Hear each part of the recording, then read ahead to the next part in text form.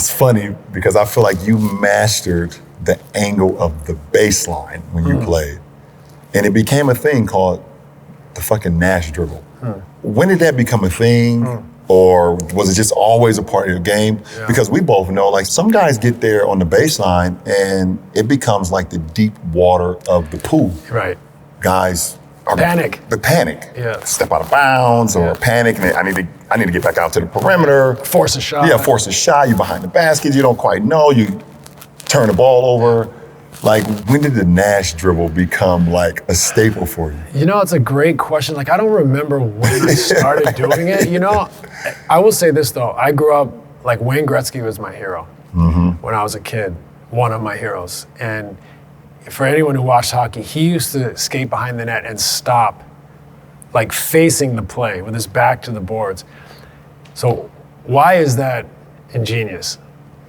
Because he's just changed the perspective of all the defenders, including the goalkeeper, the goaltender.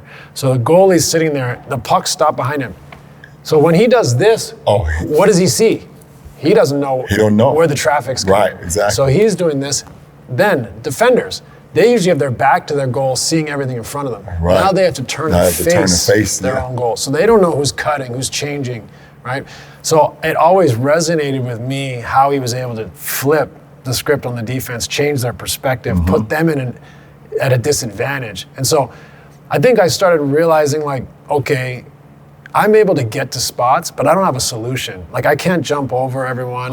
You know, later in my career, you know, developed fadeaways and floaters and runners and use the glass and the one-legged stuff. But I needed a solution that I couldn't just get in there and have to take a bad shot or force a play. So what I felt was, like, I earned this real estate. Yeah.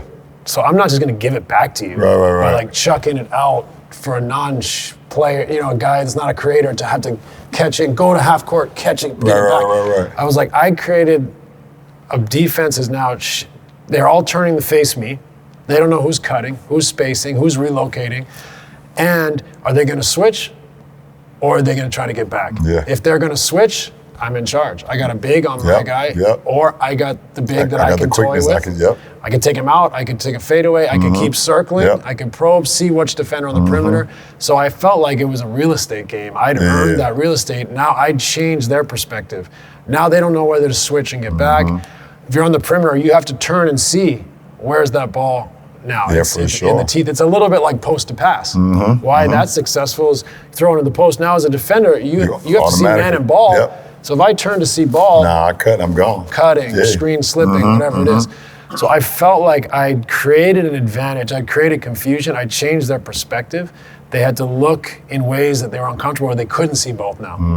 And then if all else fails, if they don't switch, I could throw it up when they were trying to get back. If they do switch, we got a big under the rim, or I can take him out and take advantage. So it really just came from not being able to attack the rim. Like I mean, I could always finish, but I could, if I had space or time.